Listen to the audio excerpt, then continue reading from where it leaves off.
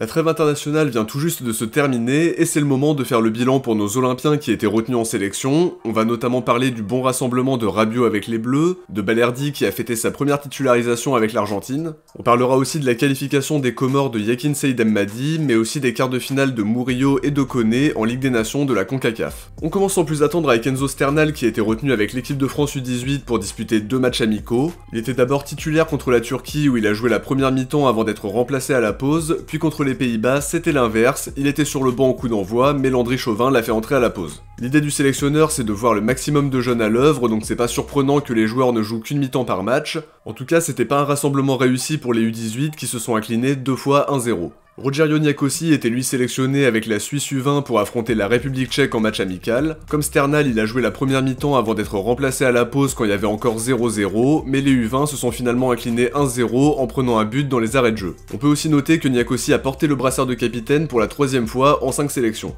Ulysse Garcia n'était pas retenu dans la liste initiale de la Nati, mais a été appelé en renfort pour compenser l'absence de Dan Ndoye qui s'est blessé au tibia après un gros choc avec le poteau. Pour autant, lors du premier match, c'est le très expérimenté Ricardo Rodriguez qui a été aligné à gauche dans un 4-2-3-1, alors qu'il joue principalement axial gauche dans une défense à 3 ces derniers temps. Garcia est entré à la 89e minute lors du match nul 1 partout contre la Serbie, mais il n'a pas participé à la défaite 3-2 contre l'Espagne, où Murat Yakin lui a préféré Miro Mouhaim qui honorait sa première sélection avec la Nati. Collectivement parlant, le rassemblement a confirmé la tendance qui était bien visible depuis plusieurs matchs pour la Suisse, une dernière place avec seulement 2 points au compteur et une relégation finalement logique en Ligue B qui va obliger le sélectionneur à en tirer les conclusions avant d'aborder les éliminatoires de la Coupe du Monde 2026 à partir du mois de mars. Kondogbia et la République centrafricaine avaient eux 2 matchs au programme avec un très mince espoir de se qualifier pour la prochaine CAN, mais l'espoir s'est envolé dès le premier match. Une défaite 1-0 face aux Lesotho où Kondogbia a joué 90 minutes en étant capitaine comme d'habitude. À partir de là, la République centrafricaine ne pouvait plus espérer se qualifier et le match face au Gabon devenait un match sans véritable enjeu.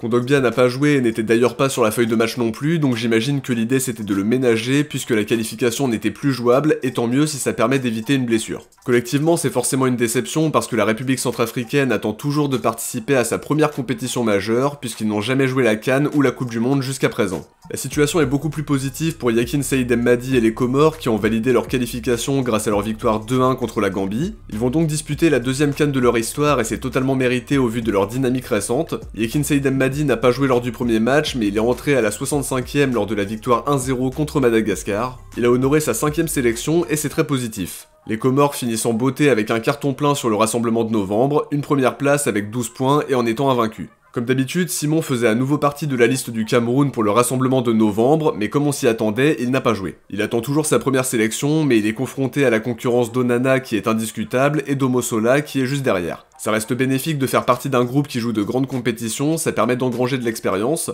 Maintenant sur le plan collectif, le Cameroun a d'abord fait match nul 0-0 contre la Namibie, avant de battre le Zimbabwe 2-1, mais quoi qu'il en soit, ils étaient déjà qualifiés avant ça. Chancel Bemba et la RDC étaient eux aussi déjà qualifiés depuis la victoire face à la Tanzanie le mois dernier. Le rassemblement de novembre a été moins concluant en termes de résultats avec une défaite 1-0 en toute fin de match contre la Guinée qui n'a finalement pas validé son ticket pour la prochaine CAN à la surprise générale. Bemba a joué l'intégralité du match avant de rester sur le banc lors de la défaite 2-1 contre l'Éthiopie où son coach avait aligné une charnière Baka-Batubinsika. Murillo et le Panama affrontaient eux le Costa Rica dans un match aller-retour pour aller chercher une place en demi-finale de la Ligue des Nations de la CONCACAF. Il a joué 90 minutes lors des 2 matchs en se mettant d'abord en évidence par un super centre qui aurait pu permettre au Panama d'ouvrir le score si l'attaquant s'était appliqué lors du match aller, même si ça n'a pas empêché le Panama de gagner 1-0 grâce à un but sur penalty. Au match retour, on peut dire qu'ils ont eu chaud, ils ont réussi à faire match nul 2 partout en étant mis sous pression, il y a eu 2 buts refusés, ils ont fini à 10 contre 11, mais ils sont qualifiés en demi. Prochaine étape, les États-Unis pour une place en finale au mois de mars.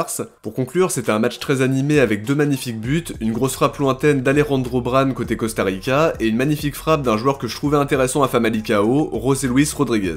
Ismaël Koné retrouvait la sélection canadienne après son début de saison tronqué par une blessure. Comme Murillo, il jouait une place en demi-finale de la Ligue des Nations de la CONCACAF avec une double confrontation face au Suriname. Alors il était titulaire lors de la victoire 1-0 au match aller où il a joué environ 1 heure avant de sortir, puis d'être remplaçant au retour et d'entrer un peu après l'heure de jeu lors de la victoire 3-0 qui valide la qualité qualif en demi. Le Canada a maintenant les yeux rivés sur la demi-finale face au Mexique qui va se jouer au mois de mars, et peut-être qu'on aura une finale Panama-Canada avec un duel entre Murillo d'un côté et Cornelius Koné de l'autre. Pour conclure sur Koné, c'est bien qu'il ait pu prendre un peu de confiance en sélection avant de rentrer à Marseille. La petite interrogation, c'est qu'il a joué dans la nuit de mardi à mercredi, il devrait revenir jeudi, mais c'est un long voyage, donc pas sûr qu'il soit prêt à débuter samedi, mais à confirmer. Sans surprise, Unai était sélectionné pour affronter le Gabon et le Lesotho. Il a joué quasiment 80 minutes lors de la victoire 5-1 face au Gabon où il a fait un bon match, précis dans ses passes et en montrant peu de déchets. Ensuite, il a joué la première mi-temps contre le Lesotho en étant passeur décisif. Le Maroc a gagné 7-0 avec notamment un triplé de Brahim Diaz qui a tout simplement marqué 7 buts sur ses 8 premiers matchs avec le Maroc, c'est vraiment énorme. Ça va pas arranger les affaires d'Harit qui est écarté par Regragui depuis la dernière CAN et qui a un concurrent maintenant qui est très difficile à déloger. Côté Argentine, Geronimo Rulli n'a joué aucun des deux matchs comme on pouvait s'y attendre avec le retour de Dibu Martinez alors qu'il était titulaire en son absence le mois dernier. En revanche, Léo Balerdi est entré à la mi-temps du match contre le Paraguay mais il ne s'est pas illustré de la meilleure des manières en concédant d'abord un coup franc avant de perdre son duel, ce qui offre la victoire 2-1 au Paraguay, et la suite de son match a été marquée par un manque de sérénité et quelques approximations. Le point positif, c'est que Scaloni a décidé de lui faire confiance à nouveau et de le titulariser aux côtés d'Otamendi face au Pérou. Un match plutôt tranquille où le Pérou n'a tiré que 2 fois pour aucun tir cadré. Balerdi est sorti en toute fin de match remplacé par Facundo Medina. En dehors de l'erreur sur le premier match, c'est un rassemblement qui va lui donner de la confiance parce qu'il a fêté sa première titularisation avec l'Argentine 5 ans après sa première sélection. Ça va le booster pour la suite et ça c'est très positif. Højbjerg était lui titulaire lors de la défaite 2-1 contre l'Espagne, un match où il a été plutôt précis dans les passes, en essayant de faire progresser le jeu et en tentant sa chance par moment, mais il n'a pas joué le deuxième match contre la Serbie qui s'est terminé en 0-0. Le Danemark termine deuxième de son groupe et valide donc la qualification en quart de finale de Ligue des Nations qui se jouera au mois de mars. On termine avec Adrien Rabiot qui faisait son retour en bleu après avoir été absent lors des 2 derniers rassemblements, d'abord parce qu'il était sans club, puis parce qu'il devait revenir à sa forme optimale au moment de son arrivée à l'OM. Il était remplaçant face à Israël où il est entré à la 70e pour remplacer Camavinga, une entrée qui a apporté quelque chose mais qui n'a pas permis aux Bleus de faire mieux qu'un match nul 0-0. Il a ensuite joué 90 minutes contre l'Italie, c'était d'ailleurs un très bon match de sa part avec 2 buts de la tête servis par Lucas Digne sur les 2 séquences, mais c'est pas tout parce qu'il a aussi montré une grosse activité dans le jeu, il a su mettre du rythme et de l'impact physique, donc il a clairement marqué des points aux yeux de son coach. Ça va lui donner beaucoup de confiance, ça va le booster, donc c'est une très bonne chose de le voir performer en sélection. Sur l'aspect collectif, les Bleus terminent premier de leur groupe et vont donc affronter un deuxième en quart de finale de la Ligue des Nations.